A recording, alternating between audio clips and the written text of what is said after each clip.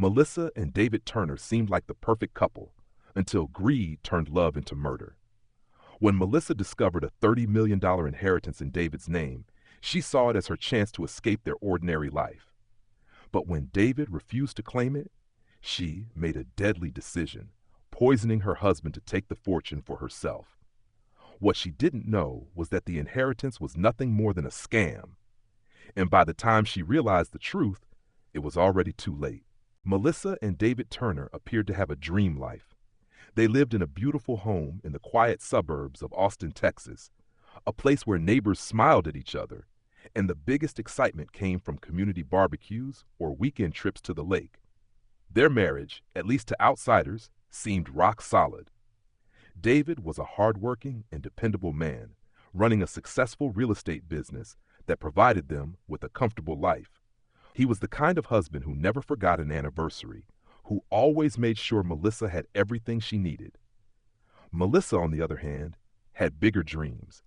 She had grown up in a small town and spent her teenage years flipping through magazines, admiring women who wore designer clothes, attended extravagant parties, and traveled the world. While their life was comfortable, it wasn't the luxury she had always envisioned for herself. She wanted more. A bigger house, finer jewelry, expensive vacations, a lifestyle that turned heads. One evening, as she scrolled through her emails, she came across a message that made her heart race. It was from a law firm in Switzerland, claiming that David had been named the sole heir to a massive inheritance. A distant relative he had never met had passed away, leaving behind a fortune of $30 million. The email looked professional, complete with legal documents, an official-looking letterhead, and a personal message from an attorney named Klaus Reinhardt. Melissa's pulse quickened as she read through the details. The inheritance was waiting to be transferred, but there were legal procedures that needed to be followed. It wasn't just some vague promise. There was urgency. The lawyer warned that if David didn't act soon, the funds might be absorbed by the Swiss government. She could already see it. The penthouses, the shopping sprees, the first-class flights to Paris and Dubai. All her dreams finally within reach. David, however, wasn't as easily convinced. When Melissa excitedly showed him the email, he raised an eyebrow. "I don't even know anyone in Switzerland," he said, scanning the message with suspicion. "This sounds like one of those scams." Melissa scoffed at his hesitation. "David, this is from a real law firm. Look at the documents. This isn't some random email asking for our credit card details." Still, David remained cautious. He had heard too many stories of people losing money to elaborate scams. He decided to take his time, researching the law firm and contacting financial persons to verify its legitimacy. Days turned into weeks, and Melissa grew restless. She had already imagined a life of wealth and status, and now it felt like David's hesitation was the only thing holding her back. Meanwhile, the lawyer kept pressing, sending urgent reminders that the deadline was approaching. Melissa's impatience turned into frustration. Then frustration turned into something darker. If David wasn't willing to claim the inheritance, maybe there was another way to get the money. David continued his research, determined to find out the truth about the supposed inheritance. He reached out to financial advisors and even attempted to contact the Swiss law firm directly. Every time he called, he was either redirected to an automated message or told that the lawyer handling his case was unavailable. Something didn't feel right. His gut told him that this was all too good to be true. Melissa, on the other hand, refused to let doubt creep in. She had already envisioned their new life, free from financial stress, filled with luxury and endless opportunities. The idea of going back to their modest reality was unbearable. Every morning she checked her inbox, hoping for another email from Klaus Reinhardt, the lawyer who promised her a future beyond her wildest dreams. And every time she saw his messages, she felt reassured. The money was real. It had to be. David tried to explain his concerns, but Melissa had stopped listening. She believed he was overthinking everything, letting fear cloud his judgment. "People inherit money all the time," she reminded him. "Just because it sounds incredible doesn't mean it's fake." But David wouldn't budge. He refused to sign any documents or provide personal information until he was completely certain it was legitimate. Then came the final email from Klaus Reinhardt. The tone was urgent. The Swiss government was about to seize the funds due to a lack of response. If David didn't act immediately, the inheritance would be lost forever. Melissa panicked. She begged David to sign the paperwork, but he flat out refused. "I'm not giving our information to some stranger," he said firmly. "This isn't right." Melissa felt like she was suffocating. Everything she had been waiting for, the wealth, the status, the chance to finally live the life she had always wanted, was slipping through her fingers. And it was all because of David.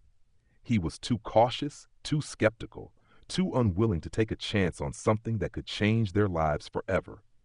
She started to resent him. She had always stood by him, supporting his career, playing the role of the perfect wife. And now, when it was finally her turn to have what she wanted, he was standing in her way. The anger festered inside her, growing stronger each day. Melissa started searching for solutions. She looked into ways to access the inheritance without David's approval, but everything required his consent. There was no way around it. He had to be the one to claim the money, unless he wasn't around to claim it at all. A chilling thought entered her mind, one she tried to push away at first. But the more she thought about it, the more it made sense. If David was gone, the inheritance would pass to her as his widow. It would be tragic, of course, but life had a way of working out. She didn't see it as murder. She saw it as taking control of her future. Melissa spent days planning. She knew she had to be careful. David was well liked, and any suspicion surrounding his death would ruin everything. It had to look natural, an unfortunate but believable tragedy. She considered different methods, researching online late at night while David slept just a few feet away. Car accidents were too unpredictable, and anything violent would raise too many questions. Poison seemed like the safest option. Quick, effective, and undetectable if done correctly.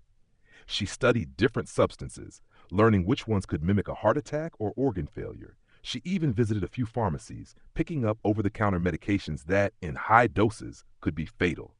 She felt no guilt, only a strange sense of determination. This was necessary. This was her way out. On a quiet Sunday evening, she put her plan into action. She cooked David's favorite meal, steak with roasted potatoes and a bottle of expensive red wine. She set the table with candles, playing the role of a loving wife celebrating a simple night in with her husband. David, unaware of what was to come, smiled as he took his seat, thanking her for the thoughtful dinner. As they ate, Melissa carefully poured the powdered poison into his wine glass, swirling it gently until it dissolved. She watched as David lifted the glass to his lips, taking a sip. He didn't notice anything unusual. She kept the conversation light, nodding at his words, forcing herself to appear normal. Within 20 minutes, David began to feel off. He rubbed his chest, his breathing becoming heavier. His hands trembled slightly as he reached for his water glass. "I don't feel so good," he muttered. Melissa feigned concern, standing up as if she was about to help. "Maybe it's just indigestion," she suggested, watching him carefully. But she could already see the poison taking effect. His body tensed, his forehead breaking into a sweat. His face twisted in pain, his breathing becoming more erratic. Then, suddenly, he collapsed. Melissa rushed to his side, dialing 911 with practiced urgency. "My husband," she cried into the phone. "He just collapsed. I think he's having a heart attack." Her voice was filled with the right amount of panic. By the time the paramedics arrived, David was unresponsive. They performed CPR, worked tirelessly to revive him, but it was too late. He was gone. The official cause of death was ruled a heart attack. The toxicology report wasn't requested. David had no history of drug use, and there were no immediate signs of foul play. Everyone assumed it was just an unfortunate medical emergency. Melissa played her part flawlessly. At the funeral, she wept, accepting condolences from family and friends. She wore black, kept her head down, and let the world see her as the grieving widow. But inside, she was already thinking about what came next. She had done it. She was free. And now she was ready to claim what was rightfully hers. Melissa wasted no time. The day after the funeral, she reached out to Klaus Reinhardt, the Swiss lawyer who had promised the $30 million inheritance. She sent an email with a carefully worded message, expressing her sorrow over David's sudden passing, but making it clear that she was ready to proceed with the claim. She attached his death certificate, proof that she was now his sole beneficiary. She checked her inbox obsessively, refreshing it every few minutes. Hours passed, then a day, then two. Finally, an email arrived. Her heart pounded as she opened it, expecting clear instructions on how to access the money. Instead, the message was brief and unsettling. This email address is no longer in service. Delivery failed. Melissa frowned, rereading the error message. That didn't make sense.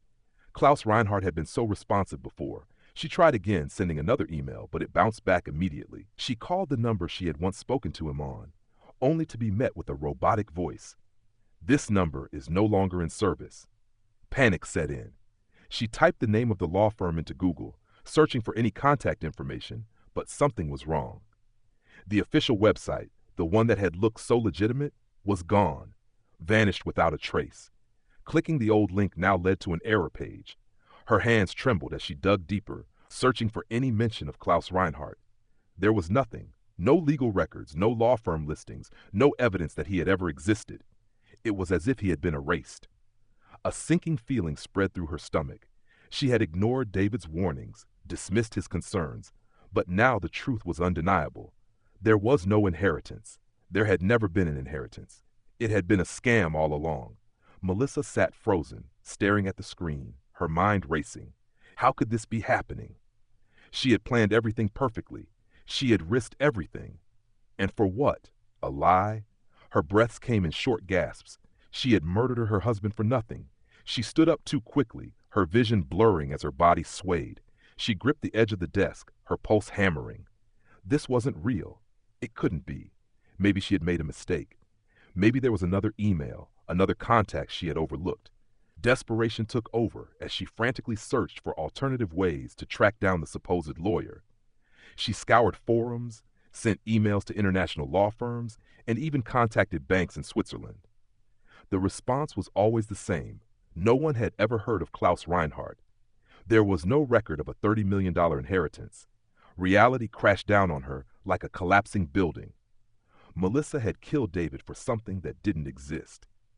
She had gone from a suburban wife to a murderer, and now she had nothing. No money, no future, and no way to undo what she had done. The walls of her world were closing in, and worst of all, she had no idea that someone was already starting to suspect the truth. David's death had been ruled a heart attack, and for a while, it seemed like Melissa had gotten away with everything. She continued playing the grieving widow, accepting condolences with a sorrowful expression, and carefully curating the perfect image of a woman devastated by loss.